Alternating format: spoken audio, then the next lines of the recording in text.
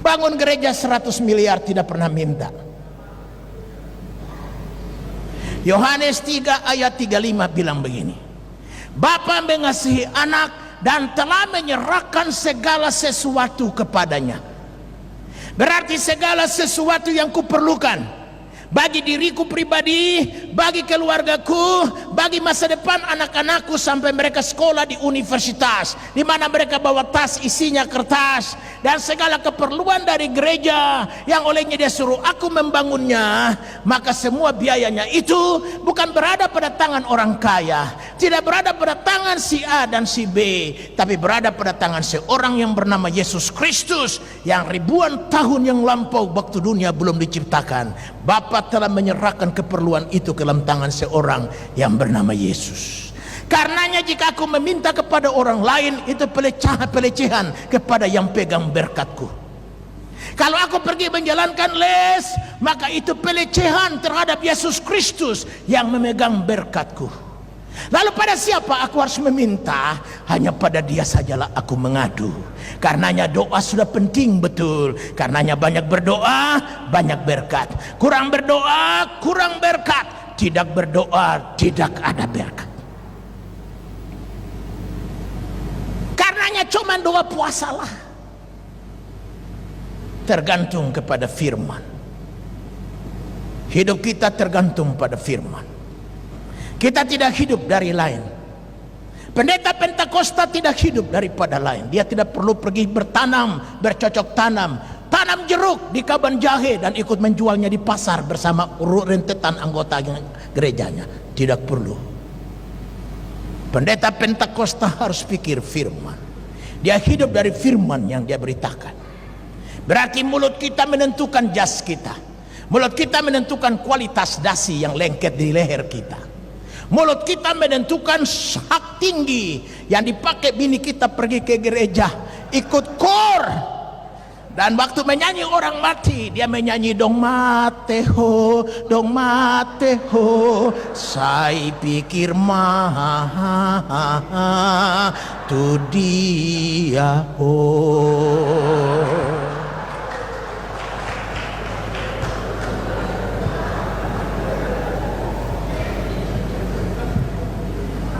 Dia menyanyi dan menanyakan pertanyaan, kalau mati ini kemana ya? Jadi biniku pakai sendal lepit atau hak tinggi tergantung kualitas khotbah yang kusampaikan. Karenanya pulang dari sini jangan pikir yang lain, pikir khotbah. Jangan cerita-cerita omong kosong punya dimasukkan di mimbar. Ambil contoh-contoh hari-hari. Khotbahmu mesti sederhana. Jangan kata-kata haleluya melulu yang kau ungkapkan. Saudara-saudara, puji Tuhan, haleluya. Haleluya, puji Tuhan. Kok haleluya puji Tuhan melulu? Baru khotbah 5 kalimat udah nanya, apa ada haleluya? Apa ada glory? Apa ada amin? Jangan nanya-nanya. Orang tidak datang ke gereja untuk jawab-jawab pertanyaan pendeta. Orang pintar masuk lalu dia tanya sama bininya gini, Mak, kok kita nanya-nanya pertanyaan pendeta, jawab-jawab pertanyaan pendeta melulu ya? Ini gereja apaan sih, Mak? Shh, gereja Pentakosta. Kok nanya-nanya jawab-jawab melulu ya pertanyaan pendeta? Dengar, tidak semua orang bodoh datang ke gereja yang olehnya hanya jawab-jawab pertanyaan saudara. Tidak perlu nanya. Khotbah saja, nanti datang sendiri, amin, dari sarjana hukum di belakang, haleluya dari mahasiswa semester 3, dan encim tua di depan, hanya artinya haleluya.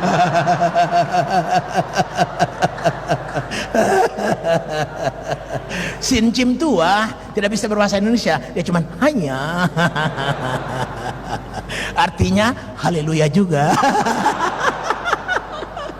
Artinya haleluya cara sincim. Itu baru khotbahmu begini, haleluya. Jadi jangan nanya-nanya, ya Amang, pulang dari sini khotbah saja, nanti amin dengan sendirinya. Sebab kalau kau tanya-tanya amin, nanti amin itu terpaksa. Dan setiap bentuk terpaksa tidak datang kepada Tuhan, tapi datang kepada pendeta Parlindungan Silalahi.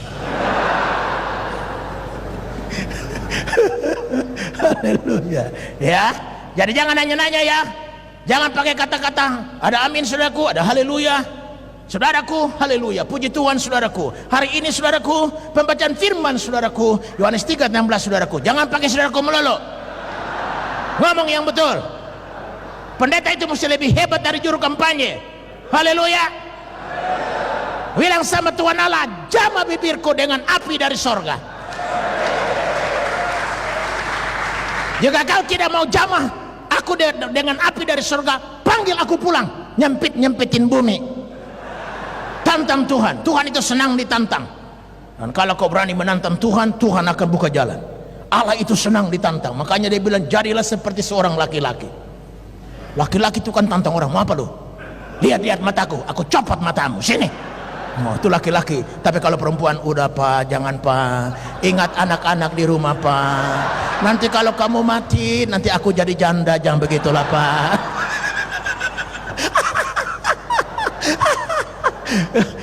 Perempuan tuh sama saja, mau di tanah Batak, tanah Jawa, tanah Ambon, tanah Papua, sama saja. Yang bernama perempuan tuh pasti rambutnya panjang. Haleluya. Ya, jadi perempuan tuh sama saja, yaitu dia nggak berani nantang orang. Sudah pak, pulang pak. Tapi kalau jangan pulang apa, kau pulang sendiri, aku nyusul belakangan, aku mau hajar dia dulu. Tuh, itu laki-laki. Tuhan mau kita begitu ya. Jadi sama Tuhan Allah tantang, Tuhan pokoknya aku nggak mau ngerti. Aku beri batas waktu sama kau 5 tahun ke depan gereja sudah mesti berdiri. Aku tidak mau tahu dari mana datangnya dana itu. Kau yang mengadakannya. Jika kalau kau tidak dalam 5 tahun ke depan buka jalan bagi gerejaku ini, dengar, aku tidak jadi pendeta lagi, aku jadi caleg.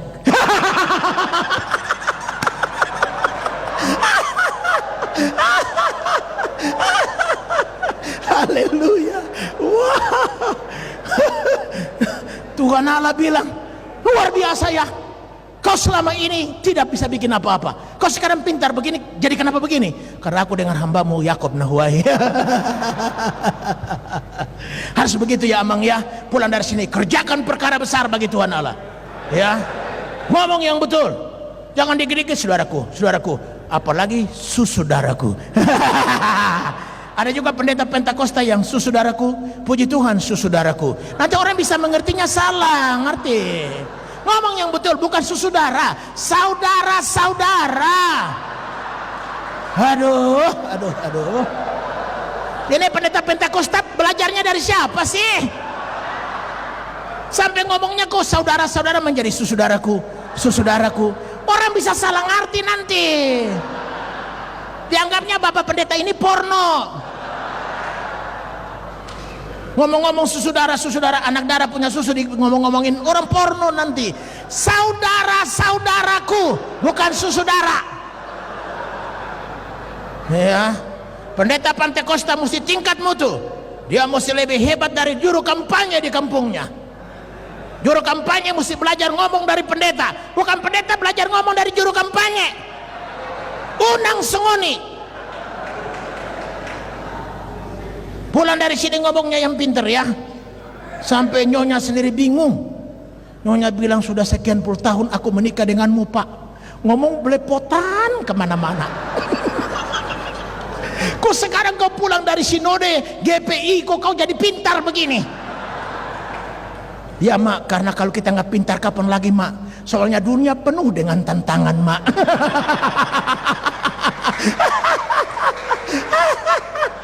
Haleluya.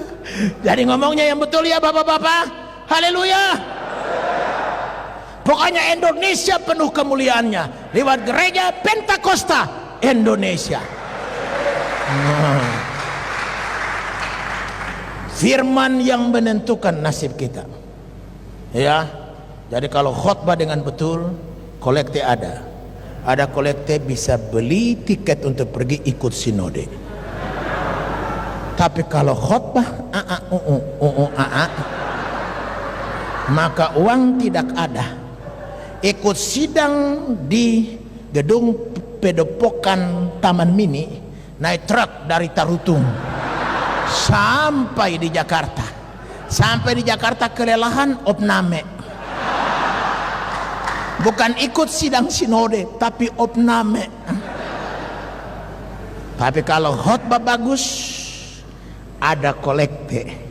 Beli tiket pesawat Garuda first class, pulang keluar dengan jas dari pesawat. Orang berkata, selamat pagi Pak, Bapak ini apakah caleg dari Sumatera Utara? Tinggal kita jawab dengan santai, caleg itu anak buahku, aku ini bapak buah.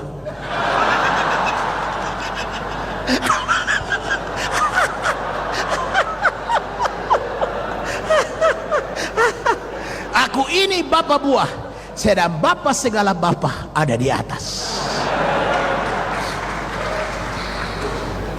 Wah, begitu ya.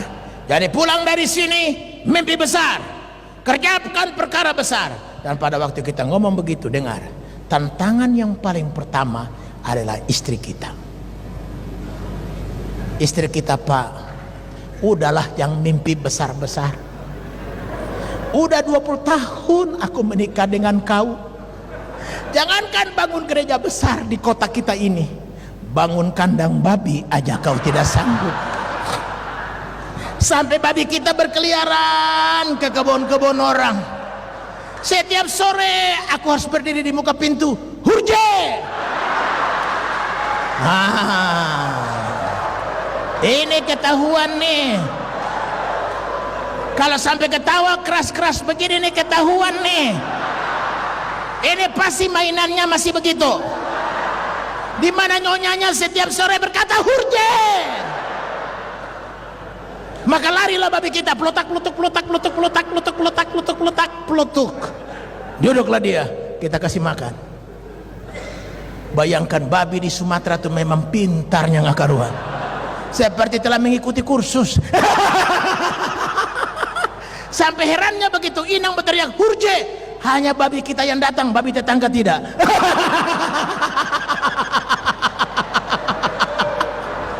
Sebab kalau babi tetangga juga ikut, kita cari persoalan. Makanya enak kalau kita ngomong di muka sama-sama orang Batak begini, enak ya. Bapak Siburian sudah bilang tadi, Bapak ini kita punya pendeta ini semua 99% dari Sumatera, hanya 1% yang tidak.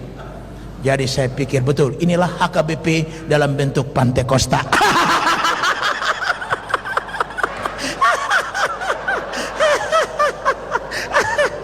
Inilah Huria Kristen Batak Protestan dalam bentuk Pentakosta. Haleluya, luar biasa dah. Jadi kita girang-girang dulu ya, karena girang-girang itu nyanyian Pantai Costa. Jadi khotbah dengan betul pulang dari sini ya, karena khotbah kita menentukan nasib kita. Pendeta yang tidak pikirkan khotbahnya ada pada tunggu tanggal matinya.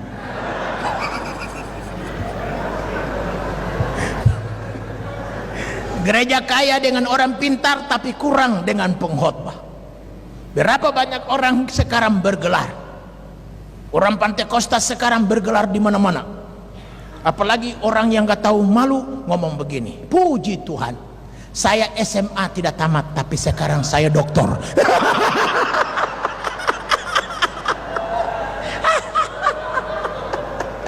Dia kira doktor itu adalah urusan tumpang tangan. Jadi begitu datang sini mau gelar BTH, tumpang tangan dapat BTH, tumpang tangan lagi S1, tumpang tangan lagi S2, tumpang tangan lagi S3, tumpang tangan yang keempat berubah menjadi S lilin.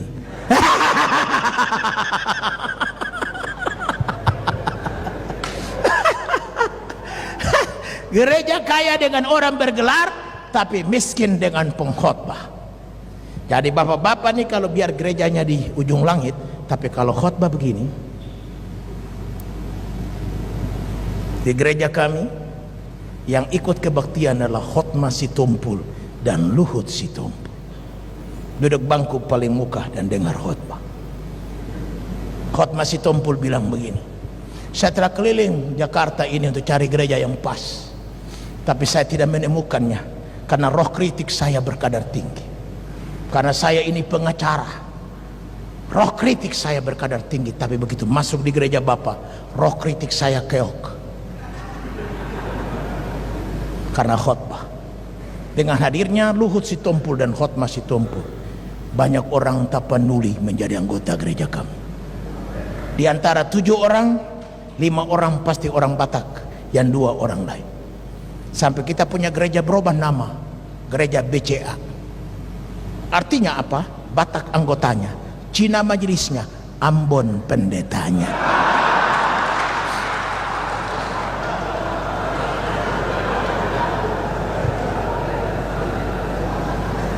Jadi kalau khotbah hebat, orang pintar pun keok. Tuhan memanggil kita untuk berkhotbah. Jangan pusing dengan krisis global. Dia akan bertambah terus. Pertemuan kita di sini tidak menghalanginya. Asal khotbah dengan bagus saja. Resesi tidak menjamah Anda. Karena berkatmu tidak datang dari krisis global, datang dari atas.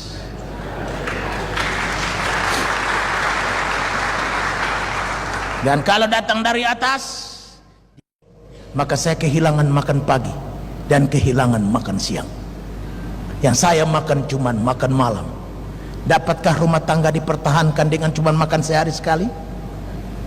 Biar kita marbakak seperti Elvis Presley sekalipun, bini kita ngoceh dari terbit matahari sampai pada masuknya. Bini kita bilang, aku tidak makan ketampananmu, Pak. Apa nilainya ketampananmu dengan anak-anak makan sehari cuman sekali? Apa nilainya ketampananmu dengan aku istrimu yang kau ambil dengan terhormat dari tangan ibu dan bapakku dan makan cuman sehari sekali? Pasti ribut terus. Tetapi rahmat Tuhan datang setiap pagi. Karenanya aku dapat makan pagi, dapat makan siang, dapat makan malam. Israel bangun telat tidak dapat makan sepanjang hari karena mana cuma turun menjelang pagi. Mana tidak bisa kena sinar matahari karena dia cair, harus dipungut sebelum matahari ada. Jadi andai kata bangsa Israel berkata malas nggak mau bangun berarti kehilangan makan pada hari itu karena tidak bisa diambil untuk makanan hari berikutnya, busuk.